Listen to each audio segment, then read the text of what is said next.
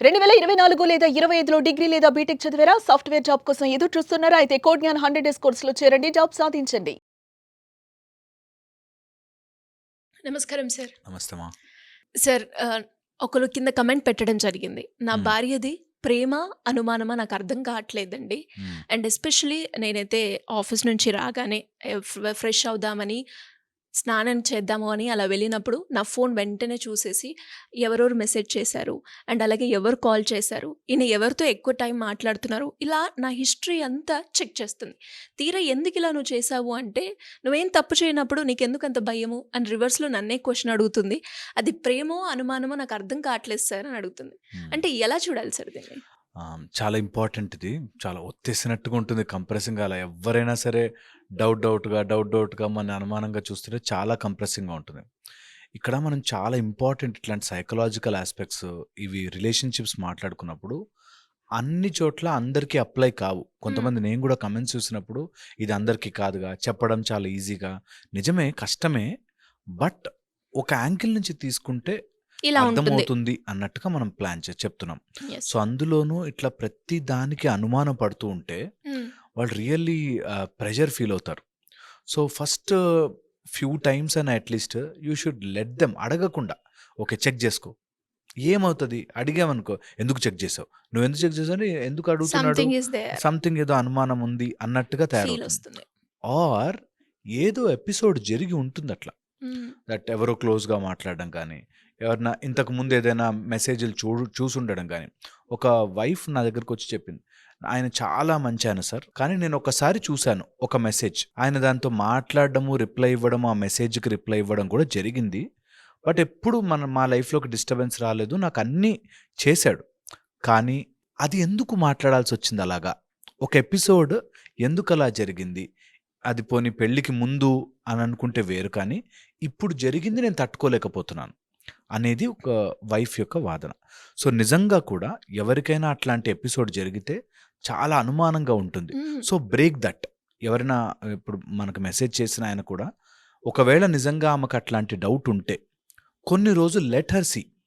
కొన్ని రోజులు మీరు క్లీన్‌గా ఉన్నారు అని తనని తను కన్ఫర్మ్ చేసుకోనివ్వండి. ప్రాబ్లమ్ లేదు. 1 ఓకే. ఓవర్ రియాక్ట్ అవ్వాల్సిన పని లేదు. హ్మ్. ఉంటుంది కొంతమందికి. Second is possessiveness. ఈ పొసెసివ్‌నెస్ అనేది ఒక స్టేజ్ దాటిపోయి వెళ్ళిపోయాక ఇట్లా మారుతుంది. అంటే నా నా నా నాకు ఇచ్చిన ఇంపార్టెన్స్ ఇంకెవ్వరికి ఇవ్వకూడదు. నేను ఒక మనిషిని ఇంకొకరితో అసలు ఇమాజిన్ చేసుకోలేను. వాళ్ళ దగ్గరికెళ్ళిపోతారా, మాట్లాడతారా అనేది ఇదొక్కటే. పొసెసివ్‌నెస్ చేయి దాటుతుంది. థర్డ్ వీళ్ళ సర్కిల్‌లో ఎవరో ఇలా చెప్తారు. ఓకే. ఈ సర్కిల్ ఎలా ఉంటుంది ఫ్రెండ్స్ వాళ్ళో వీళ్ళో ఒక నలుగురు నేను ఇట్లాగే మా ఆయన ఫోన్ కూడా చెక్ చేయను. మా ఆయన ఎక్కడికెళ్తున్నాడో అడగను. సో, అందుకనే ఆయన బయట ఎవరితోనో రిలేషన్‌షిప్ పెట్టుకున్నాడు అనేది ఒకటొచ్చాక వీళ్ళకి అనుమానం స్టార్ట్ అవుతుంది. మనం అప్పుడప్పుడు చెక్ జేయాలి. లేకపోతే మనం గ్రిప్‌లో పెట్టుకోవాలంటే కొంచెం అలా అనుమానంగా చూడాలి, అడగాలి. ఈ టైప్‌లో సొసైటల్ ప్రెషర్స్ వల్ల ఆర్ తెలుసుకుని పక్కన వాడితో ఎవరితోనో రిలేషన్‌లో తెలుసుకుని అది ఇబ్బంది పడతారు. సో, అందుకని అట్లా ఎవరన్నా వీళ్ళకి ఫీడింగ్ ఇస్తున్నారా అన్నది గూడా తెలుసుకోవాలి. దాని తర్వాత ఎప్పుడైనా ఇట్లాంటి ఎమోషనల్ డిస్టర్బెన్సెస్ వస్తే SIT with them and talk. హ్మ్. నిజంగా కూర్చోబెట్టి ఏమవుతుంది ప్రాబ్లమ్? ఏమయ్యుండొచ్చు? నేను ఏమైపోతాను? ఇక్కడి నుంచి ఏం చేస్తా ఎళ్లి? ఏం చేస్తే నీకు ఇబ్బందిగా ఉంటుంది? What is your imagination in your mind which is causing all this? నీ మైండ్‌లో నువ్వు ఏం ఊహించుకుని ఇలా బిహేవ్ చేస్తున్నావు అన్నది కంపల్సరీగా అడగాలి. మాట్లాడుకోవాలి, డిస్కస్ చేసుకోవాలి. ఎప్పుడైతే ఆ కమ్యూనికేషన్ గ్యాప్ వస్తుందో ఇట్లాంటివి ఎక్కువైపోతుంటాయి, పెద్దగా అవుతుంటాయి. దాని తర్వాత దే విల్ లింక్ ఇట్ తెలుసా? ఈరోజు ఫోన్ చూసారు, ఏదో మెసేజ్ డిలీటెడ్ ఉందనుకో, ఈ మెసేజ్ ఎందుకు డిలీట్ చేసావు? ఈ మెసేజ్‌లో ఏముంది? ఈ హ్మ్. టైప్‌లో క్వెషన్స్. చాలామందొస్తారు మా దగ్గరకొచ్చేవాళ్ళు కూడా. ఇంకా నేను ఓన్లీ కౌన్సెలింగ్ చేస్తూనే టాక్సే, ఎమోషనల్ థెరపీ, సైకియాట్రిక్ వార్డ్‌లోకెళ్ళిపోయిన వాళ్ళు, సైకియాట్రిక్ ప్రాబ్లమ్స్ వచ్చేసిన వాళ్ళు, డిప్రెషన్ వచ్చేసిన వాళ్ళు, ఎమోషనల్ డిస్‌ఫంక్షన్స్ అయిపోయిన వాళ్ళున్నారు. హ్మ్. వీళ్ళు ఒక ఎపిసోడ్ ఏదో ఉంటుంది. ఆ ఎపిసోడ్‌ని పట్టుకుని దానికే స్టిక్ అయిపోయి ఉంటారు. ఇది వాళ్ళకి ఎలా చెప్పాలంటే, నీ హెల్త్ పాడవుతుంది అన్నది ఒక ప్రొఫెషనల్‌తో చెప్పించగలగాలి. ఎందుకంటే ఈ అనుమానమొచ్చి they are not at rest. మీరు గమనించండి, మొత్తం మన స్పిరిచ్యువల్ ప్రాసెస్ అంతా గూడా హ్మ్. ప్రశాంతత కోసం. ఈ ప్రశాంతత అనుమానం అనే ఒకటొచ్చిన తర్వాత ఉండదు. మైండ్ అసలు పీస్‌ఫుల్‌గా ఉండదు.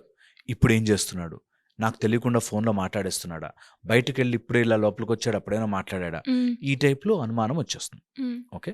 సో, అందుకని అనుమానం వల్ల మన ఆరోగ్యం పాడవుతుంది గానీ, అవతల వ్యక్తిని మార్చలేము. నిజంగా నువ్వు అనుమానం పెట్టి, రెస్ట్రిక్ట్ పెట్టి అన్నిటిని హైడ్ చేసావనుకో, రేపొద్దున అవును అని తెలిస్తే ఏం చేయగలం? అందుకని ఆ ప్రెషర్ దాంట్లోకెళ్ళొద్దు. సో, ఏమన్నా ఉంది, నిజంగా ఏదైనా బయటపడింది, నిజంగా ఏదైనా తప్పని చేశాడు, you should be ready to face all that. హ్మ్. ఎప్పుడైనా సరే ఇది ధైర్యముగా ఫేస్ చేసుకునే సిచ్యువేషన్స్ కానీ, నేను అనుమానం చేశాను, మొగుడి మీద ప్రెషర్ పెట్టాను, సరే కొన్ని రోజులు మానేశాడు, కొన్ని రోజులు డిస్ట్రాక్ట్ అయిపోయాడు. మళ్ళీ వచ్చే ఛాన్స్ ఉంటుంది కదా! So, correct from there.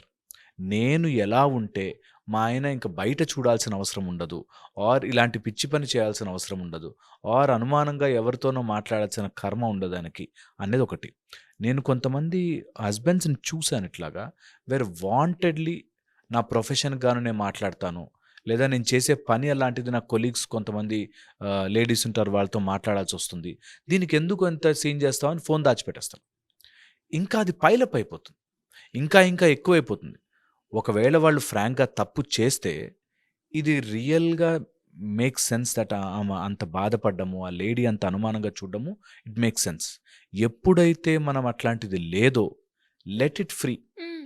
ఆ ఫోన్‌ని పక్కన పెట్టి, ఆమెకు అనుమానం ఉన్నా సరే, ఒక 10 టైమ్స్, 20 టైమ్స్ చెక్ చేసుకోనివ్వండి. అవును. తప్పులేదు.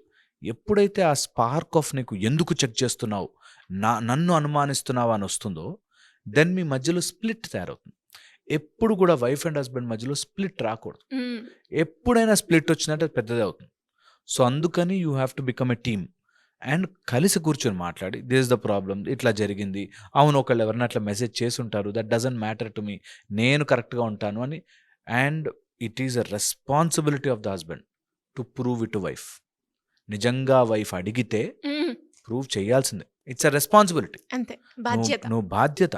నువ్వు ఒక నమ్మి నీ కోసం ఒక ఆవిడొచ్చి, హ్మ్. నీకు సర్వస్వం ఇచ్చి, నీతోనే ఉండి, నీ పిల్లలు కని, నీ బాధ్యతలు పంచుకునే దాంట్లో ఉంటే, హ్మ్. అలాంటి ఆమెకు అనుమానం వస్తే చెప్పాలి. ఎందుకలా బిహేవ్ తీర్చాలి. చేశావు? చెప్పు answer. It should be your responsibility. అరే! నేను చెప్తాను. నేను ఇలా అవుతుంది అని చెప్తాను అన్నది చాలా చాలా ముఖ్యమైన విషయం. సో, అందుకని చెప్పండి, తప్పే లేదు. భార్య అడిగితే నా భార్య నా మీద అనుమానపడుతుంది, అనుమానపక్షి అవసరం లే. అంత దాచిపెట్టుకునే పని ఏదైనా చేస్తున్నావు అంటే అది దాచిపెట్టుకునే చీకటి పనే అవుతుంది. ఎంత చేసినా ఈమెకు అర్థం కాదండి, ఈమెను టార్చర్ భరించలేము, ఈమె ఇట్లా చేస్తుంది, అట్లా చేస్తుంది అంటారు. ఏది చేసినా she is your Lakshmidevi. She is your part. She is your half. You have to face it. అది ప్రతి మ్యారేజ్ అయిన ప్రతి భర్త భర్త తెలుసుకోవాలి. గుర్తుపెట్టుకోవాలి. దట్ నా వైఫ్ నన్ను అడగకపోతే ఎవరిని అడుగుతుంది? నీకు అనుమానం, నీ మీద అనుమానం వచ్చి పక్కింటోడిని అడిగితే బాధ. హ్మ్. నిన్నే ఎందుకు ఇట్లా చేస్తున్నావు అని అడిగే స్వేచ్ఛ నువ్వు ఇవ్వాలి. నీ ఫోన్లో నేనేమో చూశాను, ఏంటది అంటే, నా ఫోన్ చూస్తావా అని ఎగురుతున్నావు అంటే రాంగ్.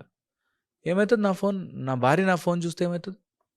వి హవ్ సీన్ లైఫ్‌ని ఇన్నేళ్లుగా బ్రతుకుతున్నాము. నా భార్యకి నా మీద అనుమానం వస్తే నేను తీరుస్తా. హ్మ్. అవునా? అట్లనా? Come on let's do it. And ఆ స్పేస్ కూడా వైఫ్ ఇవ్వగలగాలి. దట్ ఓకే, నిజంగా ఏదైనా తప్పు పని చేసేదుంటే నా దగ్గర చెప్పుకోకుండా దాచిపెట్టుకునే చేసే పని, ఆ స్పేస్ నేను ఇచ్చాను అంటే, దాచిపెట్టుకునేలాగా బిహేవ్ చేసే ప్రెషర్ నేను పెట్టాను అంటే, నేను కూడా ఎక్కడో తప్పున్నాను అనే స్టెప్ బ్యాక్ కూడా వెయ్యాలి. హ్మ్. దట్ నేను ఒక మనిషి నాకు చెప్పుకోలేక దాచిపెట్టుకున్నాడు అనే అది గుణం. ఏ సందర్భాల్లో అవుతాయి సార్? చాలా సందర్భాలు అంటే ఎలా? తెలుసా? మనం ప్రెషర్ పెట్టి ప్రతి దానికి అనుమానం ఉంటే ఇంకా మామూలు విషయాలు కూడా చెప్పరు. మామూలు విషయాలు కూడా చెప్పరు. నీకు చెప్తే ఏదైనా సింపుల్ విషయము, ఈరోజు ఇలా జరిగింది తెలుసా? ఎందుకు చేశారు మీరు అలాంటి పని? మనకెంతమంది ఎంతున్నారు తెలుసా? మన పరువేం కావాలని ఓవర్‌గా రియాక్ట్ అవుతున్నాను అనుకో ప్రతిదీ. ఏం చెప్పినా ఇంత రియాక్ట్ అవుతుంది. చెప్పను. నిజంగా ఇలా ఉన్నాయి అవును సిట్యుయేషన్స్. సార్. అవునవును. దట్ ఒక సైడ్ కాదు, ఒక సైడ్ బోత్ సైడ్స్. అవునవునవును. 2. టీమ్‌లో ఇద్దరు కూడా ఫాల్ట్ ఉంటుంది. సో, అందుకని యాక్చువల్‌గా కౌన్సెలింగ్ మేము చేసే దాంట్లో అదే ఇంపార్టెంట్. దట్ వద్దులమ్మా అట్లా ఉండదు. నువ్వు ప్రెషర్ పెట్టకూడదు. అలా నువ్వు ఇలా బిహేవ్ చేయకూడదు. ఇలా ఉండాలని ఎంత చెప్పినా వాళ్ళు ఒక మైండ్ సెట్‌లో ఉండిపోయి ఫిక్స్ అయిపోతారు. అండ్ మారడానికి ట్రై చేయరు. వాడిదే తప్పని ఒప్పించు. మా దగ్గరకొచ్చి నా భర్త తప్పని ఒప్పించు. ఆ భర్త వచ్చి మా భార్య తప్పని ఒప్పించు. ఆమె అన్నీ ప్రతి దానికి సీన్ చేస్తది సార్, ఏం చెప్పాలని. మీరన్నట్టుగానే సార్. అంటే ఎప్పుడు కూడా 2 వెర్షన్స్ ఉంటాయి. ఒకటే వెర్షన్ వల్ల మనకెప్పుడు గొడవ రాదు అని చెప్పారు. అంతే. అండ్ ఇప్పుడు కూడా మనం మాట్లాడుకునేటప్పుడు నాకు అర్థమైంది. భార్య చెప్పే స్కోప్ ఇవ్వనప్పుడు, ఒక ప్రెషర్ క్రియేట్ చేసినప్పుడే ఇలాంటివి హైడ్ చేసే అవకాశం ఉంటుంది అని. అండ్ అలాగే ఇలా హైడ్ చేశాము అని అడిగినప్పుడు, నా భార్యనే కదా, నేను ఆ స్పేస్ ఇచ్చి క్లియర్ చేద్దాము అనకుండా నన్ను అడిగింది, నన్ను అనుమానిస్తుంది అన్న ఈ 2 వెర్షన్‌లోనే ఇక్కడ డిస్టర్బెన్స్ క్రియేట్ అవుతుంది అని అర్థమైంది. ట్రూ. అంటే ఎలా మనం క్లియర్ చేయాలి ఇక్కడ? ఇప్పుడు వెరీ ఇంపార్టెంట్ ఇందులో డైరెక్ట్ బ్యాడ్, ఇండైరెక్ట్ బ్యాడ్ అని 2 ఉంటాయి. హ్మ్. ఇప్పుడు వాడు నిజంగా చెడ్డవాడు. నిన్ను హాని చేయడానికి, ఆస్తి కొట్టేయడానికి, లేకపోతే నిన్ను రోజొచ్చి తాగి కొట్టడానికి, లేకపోతే really person itself is bad అనుకోండి. హ్మ్. వాడిని మార్చలేమింక.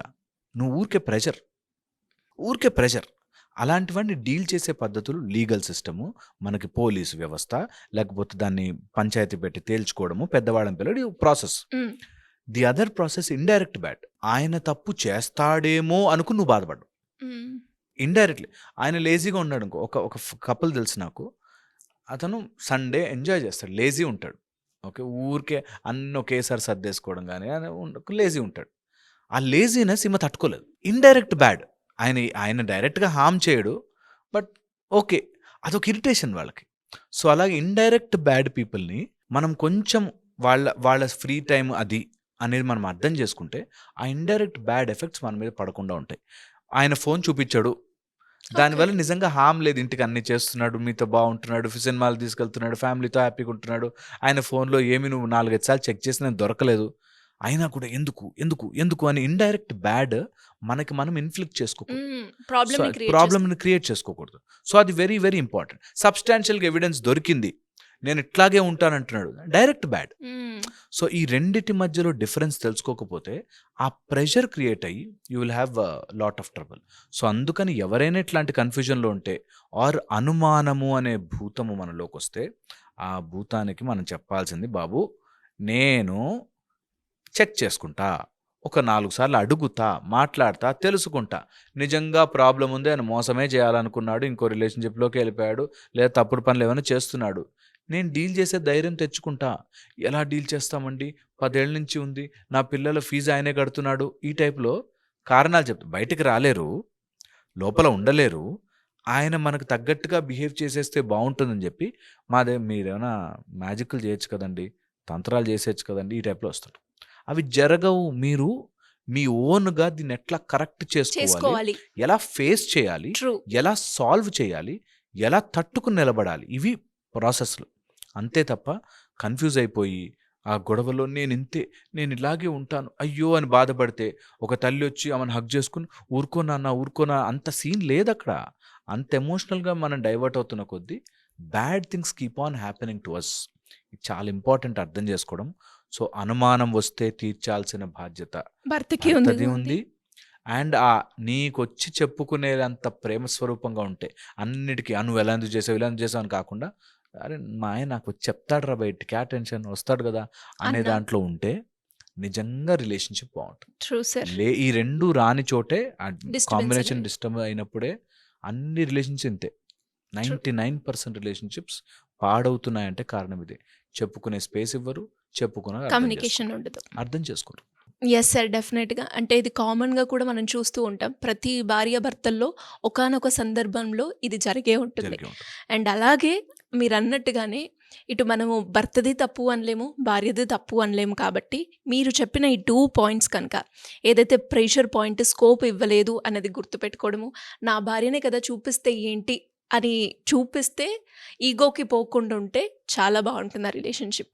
ఈ 2 పాయింట్స్ ఈ వీడియోలో మొత్తం గనక ఒక్కటికి 2 సార్లు కనుక ఆలోచిస్తే డెఫినెట్‌గా ఈ ప్రాబ్లమ్ నుంచి బయటపడే అవకాశం ఉంటుంది. యాహ్! అండ్ చాలామంది ఈ ప్రాబ్లమ్ గురించి సైకాలజిస్ట్‌ని కూడా కలవడం మనం చూస్తూ ఉన్నాం. యాహ్! ఇక్కడే ఈ వీడియోలోనే మీ అందరికీ కూడా ఒక మంచి క్లారిటీ వచ్చింది అని అనుకుంటున్నాను.